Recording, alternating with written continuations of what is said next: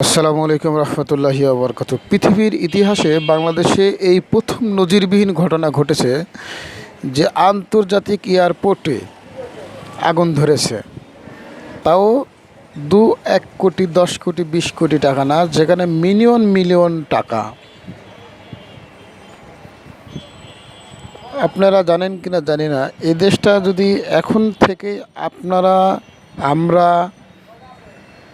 সবাই যদি ঠিক করতে না পারি, তাহলে এই দেশটা আর কোনো দিন ঠিক হবে না।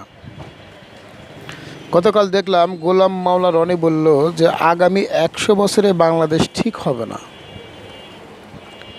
আগামী 100 বছরে বাংলাদেশ ঠিক হবে না। তাহলে কি পরিমাণ দেশের ক্ষতি হচ্ছে আপনারা দেখেন। একটা মধ্যমায়ের দেশে থেকে এখন বাংলাদেশ হয়েছে ফকিন্নি বাংলাদেশ।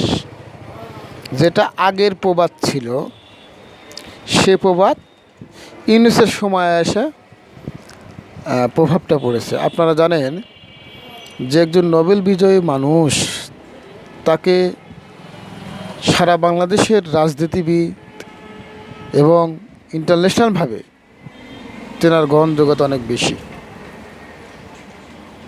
এই শ্রেণীর মানুষ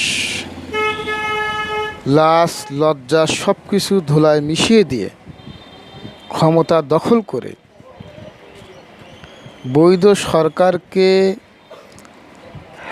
হেঁটিয়ে দিয়ে ক্ষমতা দখল করে পাকিস্তানের এজেন্ট হয়ে প্রধান উপদেষ্টা হয়েছে বাংলাদেশ, সে প্রধান উপদেষ্টা হয়েছে। এই লোকটাকে যদি আপনারা না সরান, এখনো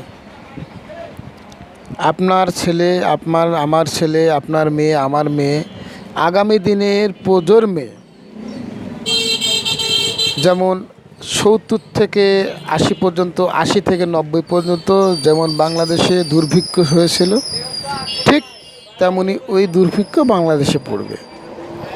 তাই আপনারা বাংলাদেশের মানুষ সচেতন, আপনারা দলবল নির্বিশেষে স্বৈরাচার ফ্যাসিস্ট ইউনূসের বিপক্ষে কঠোর আন্দোলন তৈরি করে ইউনূসকে বাংলাদেশ থেকে বিতাড়িত করতে হবে, পাকিস্তানের এজেন্টকে বিতাড়িত করতে হবে। আর বিব্রতবোধ না হয়ে আমরা সবাই ঐক্যবদ্ধ হয়ে ফ্যাসিস্ট স্বৈরাচার ইউনূসকে বাংলাদেশ থেকে বিতাড়িত করব।